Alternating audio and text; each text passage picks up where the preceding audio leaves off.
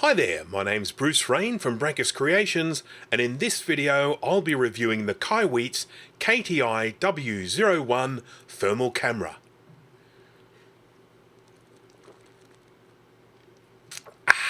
I see.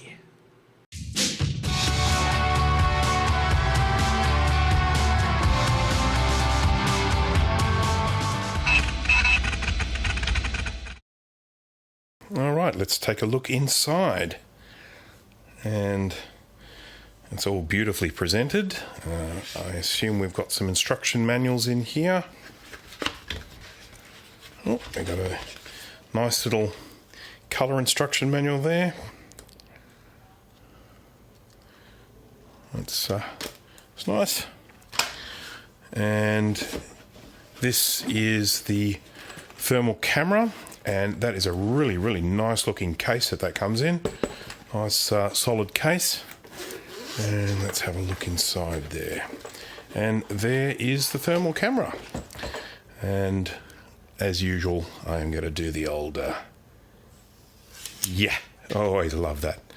And it's got a little lens cover, which is quite nice. That's a good feature. And feels pretty good. It feels reasonably sturdy. I mean, I have felt ones that have been sturdier, but it still seems pretty solidly made. So that's quite good.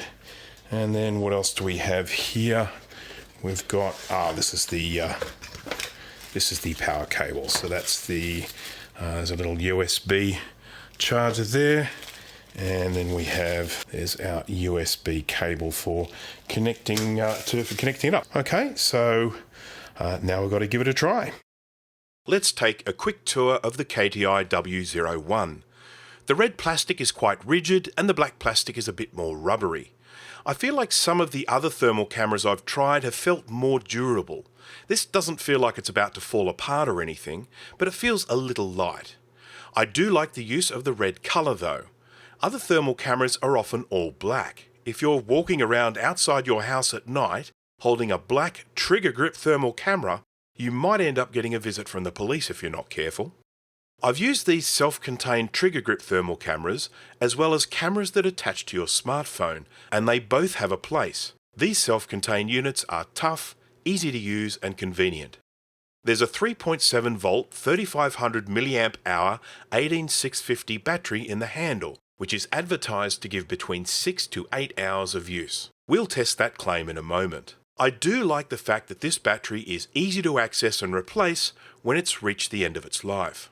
The thermal camera doesn't have a tripod mount screw, so it's designed only for handheld use. It does have this little wrist strap to guard against dropping it. It has a big 256 by 192 thermal sensor and a 640 by 480 visible light camera which can be overlaid on the thermal image. It also has this little flip-up lens cover which keeps catching me out when I forget to open it. The thermal sensor can read from -20 degrees Celsius to 550 degrees Celsius. There is a trigger button which will take a single image when pressed or record video when held down. There's a USB-C port on the side for charging or for connecting to a computer to transfer images and video. The camera doesn't have any storage expandability, no SD card slots, but it does have 32 gigabytes of internal storage which should be sufficient for most users. There's a generous 3.2-inch 240 by 320 pixel display, which is a pretty good size for a thermal camera in this price range. There is a noticeable lag in the displayed output. It's not the worst lag I've seen in a thermal camera, but it is noticeable. The controls are very simple. There's a power button, up, down, left, right, menu, enter, and back button. It's a very intuitive interface and I didn't have any issues navigating it. The graphic overlay shows the temperature at the center of the screen, and there is also a floating minimum and maximum temperature. The center temperature is also shown in the top left corner. The top right shows the current emissivity setting and the battery status. We'll talk about emissivity in a moment. At the top center is a little icon with a thermometer and an L. indicating we are measuring in the low temperature range of minus 20 degrees C to 120 degrees C. There is the option to measure in the high range of 120 degrees C to 550 degrees C, if that's better suited to your needs. I'll talk about how to change this in a moment. The right edge of the screen shows a representation of the colours for the different temperatures, hottest at the top, coldest at the bottom. Pressing the up arrow button will toggle an extra overlay at the bottom of the screen showing the current minimum and maximum temp and the current time. This can be quite useful because the minimum and maximum bouncing around the screen can sometimes be a bit hard to read. Be aware that these overlays are stored on the still and video images when you save them. The left and right arrow buttons will alter the level of transparency of the visible image overlay on the thermal image. This can be set at 0%, 25%, 50%, 75%, or 100%. 0% hides the visible image completely, and 100% hides the thermal image completely. The frame rate is advertised as less than or equal to 25 Hz, which basically means that the frame rate will be no more than 25 frames per second and may sometimes be a bit less. From my observations, the frame rate was on average around 20 frames per second, with an occasional brief lag when the camera recalibrates. Considering many thermal cameras have a refresh rate of only 9 frames per second, this is more than adequate. Hold the power button for at least 3 seconds to power on the thermal camera and it will display a startup progress bar. It's quite normal for thermal cameras to have a startup delay, and the KTI-W01 takes about 18 seconds from powering on until it displays the thermal image. The progress bar is quite a nice touch too. Pressing the menu button will, not surprisingly, display the menu, which is pretty easy to navigate using the arrows, enter and back buttons. The first menu item is labelled Image Correction, and this is for aligning the image from the visible light camera with the thermal image.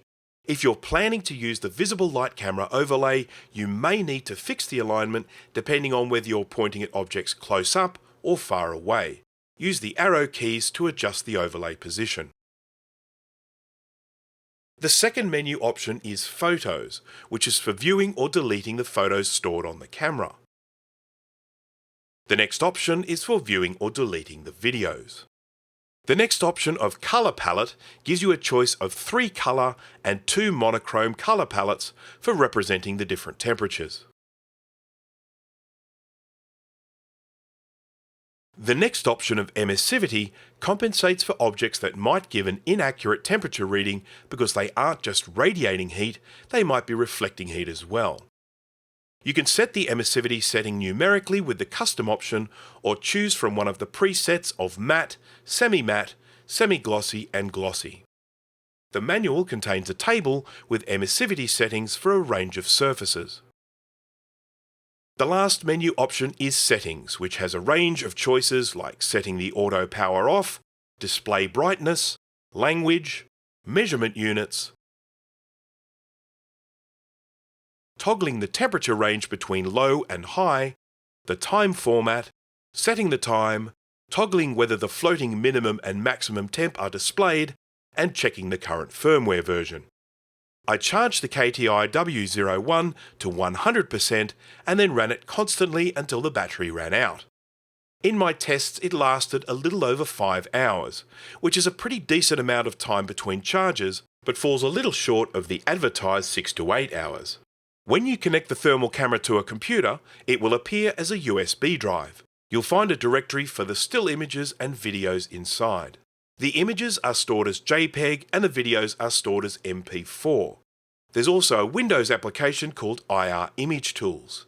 Unfortunately, this is only available for Windows, which was a little disappointing for me as a Mac user. When I attempted to run the software contained on the camera, I received a malware warning from Microsoft. Kaiweets claimed this as a false positive, but I didn't want to take any chances. Instead, I went to the Kaiweets website and downloaded the software from there. The IR Image Tools software is pretty basic but quite useful. You can load up one of the JPEG thermal images, then you can use the blend slider to toggle between the thermal and visible light image overlay. You can view the image in one of the 5 available colour palettes, change temperature units, and view the basic info about the thermal image. There are also tools at the top that allow you to place a point anywhere on the image to read the temperature at that location. You can draw a line to get the minimum and maximum temperature from across that line, or draw a rectangle or oval to get the minimum and maximum temperature within the shape.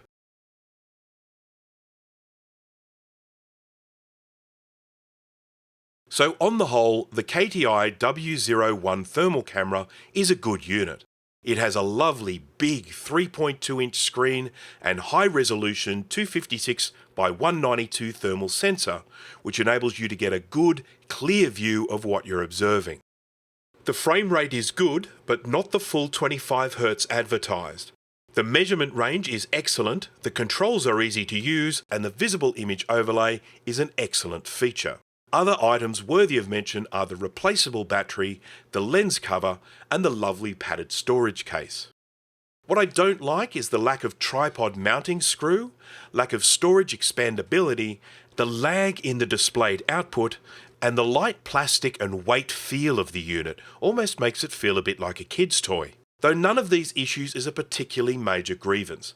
Basically, it does everything a thermal camera should do. The battery life isn't quite as long as claimed, but it still provides a very decent amount of time between charges. The images and video are saved in the common formats of JPEG and MP4, so they can be opened up into standard image editors and video players. I'd like to thank Kaiweets for sending me this thermal camera. I received the camera for free, but I've not been paid for my opinions, which are all open and honest. You can find links in the description where you can buy the Kaiweets KTI-W01 thermal camera along with a discount code. Thanks for watching.